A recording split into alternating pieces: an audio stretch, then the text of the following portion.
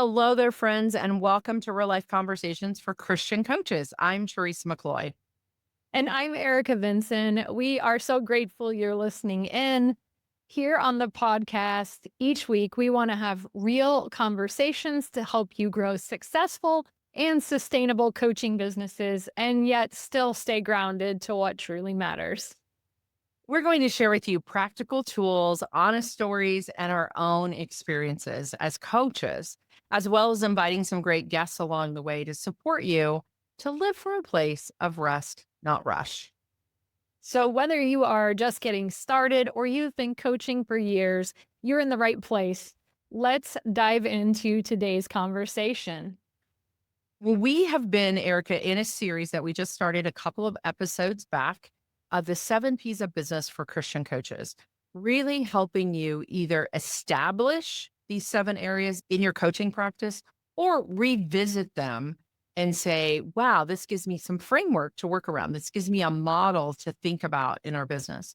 So we did an overview of those. And then last week, we dove into the very first one, which is purpose, mission, vision, values. And you're going to hear a little bit of that even today as we dive into the next P, which is plan, having a plan for your business that falls in that vision space, connects to the mission and the values. But Erica, let's talk through what's included in this P of having a plan. Well, I love the verse that we've identified from Proverbs that goes well with this P of plan. And it's just Proverbs 16:3. It says, commit to the Lord whatever you do, and he will establish your plans. And so certainly we know as Christian coaches that the Lord has a plan for us and he invites us to participate and be active in those plans. We're supposed to be in conversation with him, Mhm. sharing with him the things as we have him be CEO of the business to really live out these plans and follow his footsteps as we go. So, this plan, this P of plan that we're going to be looking at, really is broken down into 3 key parts for us. So, we're going to talk about consistent vision meetings, quarterly projects, and then consistent team meetings. So, Teresa, dive us in a little bit deeper to this first part of consistent vision meetings. So, consistent vision meetings, I think one of the big values of them, many of you that are listening are probably solopreneurs. You don't have a team of people or contractors yet or anything like that. That may be in your vision, but you may not be there yet. So, for many of you, this consistent quarterly vision meeting is going to be with a coach or a mentor, an outside source. If you have a team, it might be with someone that sits in an integrator role or an operations role, those types of things. Definitely that's part of business structure. But for us that operate as solopreneurs, I'm going to connect with my coach. I'm going to get the tools together. And Erica, you can share with us what those might be, but then I'm going to come to a call with my coach. So, what might you bring to that quarterly vision meeting? Through the real life process, we use a document called the Real Life View. It has our values and needs on it. There are real life statements that really kind of encompass what's the big picture of our business, our areas of Mhm. focus we're working on, the projects, how we're spending our time, and even some of the rhythms that we're embracing for that quarter. And so you heard us talk last week about that purpose, and we talked about mission and values. And so you want to bring that with you, your 3 year vision, even that we talked about. So bring that work of purpose that you've done. And then you're going to even use these 7 P's of business, a Mhm. great framework. I love the evaluation tool, the little 1 to 5 scale that's a part of this, but you're going to walk through and look at where am I? Because for those areas that are high, we can celebrate. For the areas we need, we might notice what support we have that we need to establish. And then we're going to check the alignment of our life and our business in this quarter and kind of see what's the harmony like there. I think one of the other things that you might be looking for as a business owner is with the alignment to life, is there any big things in my life right now that Mm. would take up some more of my time that I wouldn't want to put a great big project in or dive off on something? Or it even helps me go, I have a good base of clients that I'm working with. I don't know that I'm going to market in this 90 days because this is coming up and this is coming up. There's all kinds of things you want to kind of look at that alignment piece around. And then it's moving into the last part of this vision meeting, starting to dream of what are some projects that I would be working on?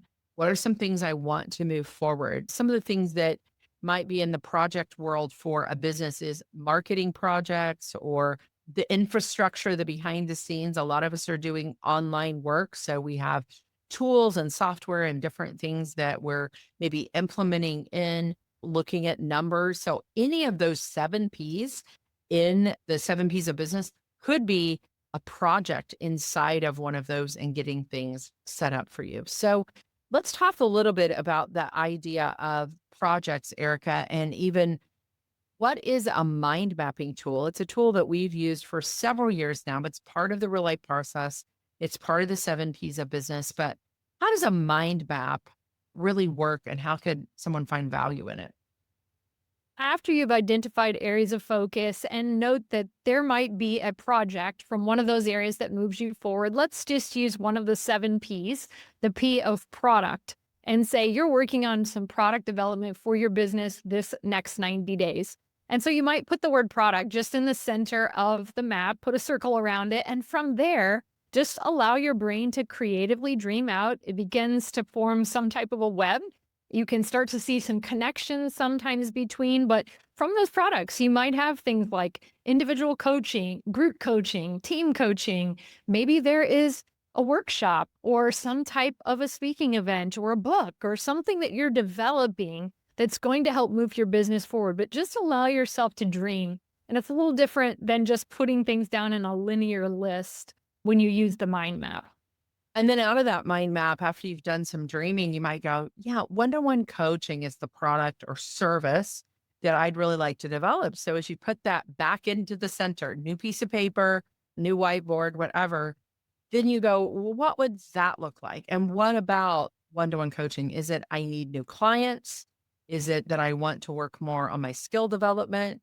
And you start to dream again around what that looks like. And keep narrowing it down as much as possible to kind of the smallest thing you can get to, because then you can form some actionable steps of how will I make that happen? Say it's, I want to have more one-to-one clients. Well, what do I want this to be in my local community? Do I want this to be online? So what could I do in my local community? Well, I could attend some network events. I could make some phone calls, set up some coffee chats, whatever it might be. Those become your actionable steps with deadlines and dates of either how often you're going to do that new activity or the by when part of that. And depending on your personality, building out those action steps might be from beginning to end or might be from the end backwards. How do you build out your action steps? Well, that phrase, begin with the end in mind, usually guides me. And so I think about what I want it to look like and by when. So, when is my target date? And then I like to work backwards. And so that allows me to build in some key milestones that help me to know what are the steps once I'm able to see when do you really need to begin and start this? Because some projects take the entire 90 days, some projects are mini projects and they just take a little bit of the quarter. Exactly. And yeah, some things are going to be, I just want to do this on a new rhythm. I want to create a habit. I think something that's interesting too is I used to feel a lot of shame around my desire or ability to procrastinate something to the last 24 or 48 hours before I needed it done. And I've really learned to let go of that because it's not like I'm late with things. I'm very, very seldom late with something. But I do find some creative energy in working on something right up to the deadline and the time.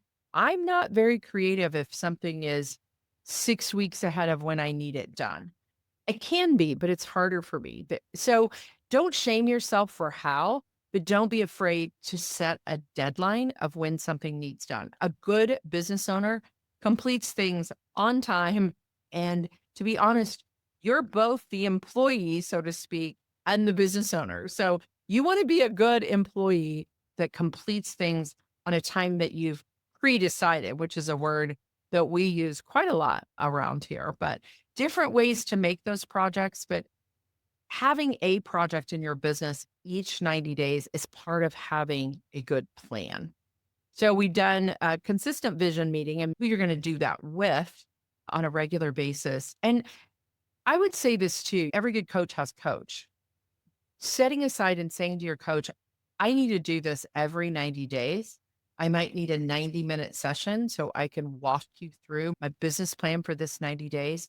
Just any coach would be thrilled to do that with you and to listen and ask good questions in that way. So use a coach. If you don't have a coach, find a coach that you can walk this through to build up your business. The last part of this plan piece is actually having a meeting agenda. Every one of you listening in is not going to have a team that you need a meeting agenda, but just know in our free download that you can find that, you can look at it, you can see how it incorporates all of the 7 Ps into that agenda. And whether you meet monthly, whether you meet quarterly, totally up to you. We've done it both ways.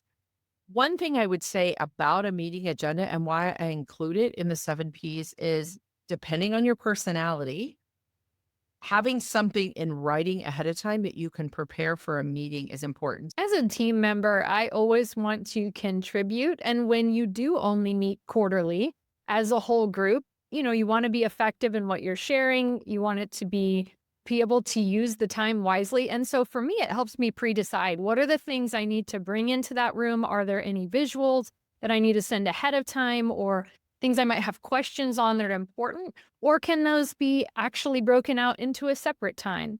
And so it really just gives me peace to be able to show up with confidence and take the action on the things that are priority for that time we have set apart. When you're working with people, you just have to remember that not everyone is wired like you. So you may be able to fly in and know exactly what you didn't want to go through at a meeting. But if you want people to contribute at their highest level, and if they're on your team, they want to, but you have to set them up well for that success inside of a meeting. So download the free download and take a look at that. There's also a mind map on there. There's an action step guide from that mind map. Everything you need to walk through these things are right inside of that free download. So just think about this P of, do I have a plan? So I've even thinking into, we're recording this in the middle of summer, but as you're thinking into the fall season, like what kind of plan would I want to set up for fall? So Erica, what's some reflection that might be purposeful out of this episode? Well, as we think about building the framework for our business, that trellis, the plan just gives us another place to build. And so we want to ask you in reflection, what are your desires when it comes to the rhythms of your business? If you're brand new in creating a plan, you might want to embrace the 90-day rhythm of just having that 90-day reset, looking at these pieces of your plan every 90 days. And sometimes those rhythms start with a simple behavior change. You're not going to change everything in your business at once, but take one step forward, identify one project, and make some action because it will create some new routines within form into rhythms that just help to grow you as a business owner. Absolutely. So we just encourage you to reflect on that. Spend some time with the download and you can fill it out. You can use it as a reflection time, whatever would work best for you. We just want to show up to be able to encourage you that you can build a successful business using the reference of the language of the 7 Ps. You can lean into the work that God has called you to do. So we're excited for you in that. If you have any questions, if you want to connect with us, we'd love to have you join our free community. Just go to our website at thereallifeprocess.com and click on the community tab. You come right inside of there. We're not on the social media platforms. We're actually in our own private community on another platform, but we love the purposefulness of that. So feel free to connect with us there if you would like around these 7 Ps of business. And until next week, remember that every ordinary day has an extraordinary moment. You just have to look for them. So we'll see you next week, friends. Have a blessed week, everyone.